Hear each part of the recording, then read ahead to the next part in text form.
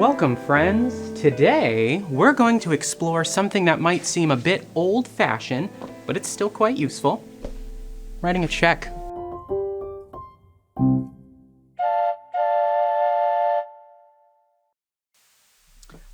This looks pretty familiar, huh? It's a typical check, just a little bit larger than what you'd normally use. Let's walk through it together. First, right here in the top, we write the date. Then, we put the name of the person or company we're paying on this line that says, pay to the order of. Right down in there. In this box, we write the amount in numbers, and on this line below, that amount we put right here in numbers, right here, we're gonna put that amount in words. Yeah. Down here in this corner, we have a space for the memo. Yeah, we can write what this check is for.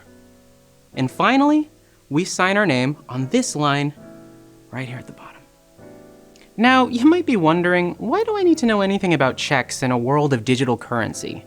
Well, they're still quite useful in several situations. Checks are great for paying rent, as many landlords prefer them. Some small businesses like checks because it helps them avoid credit card fees. They can also be a thoughtful way to give money as a gift, and several government agencies still ask for checks for certain payments, like purchasing your passport. But remember, with checks comes responsibility. Always practice safe checks. Never sign a blank check. Always fill it out completely.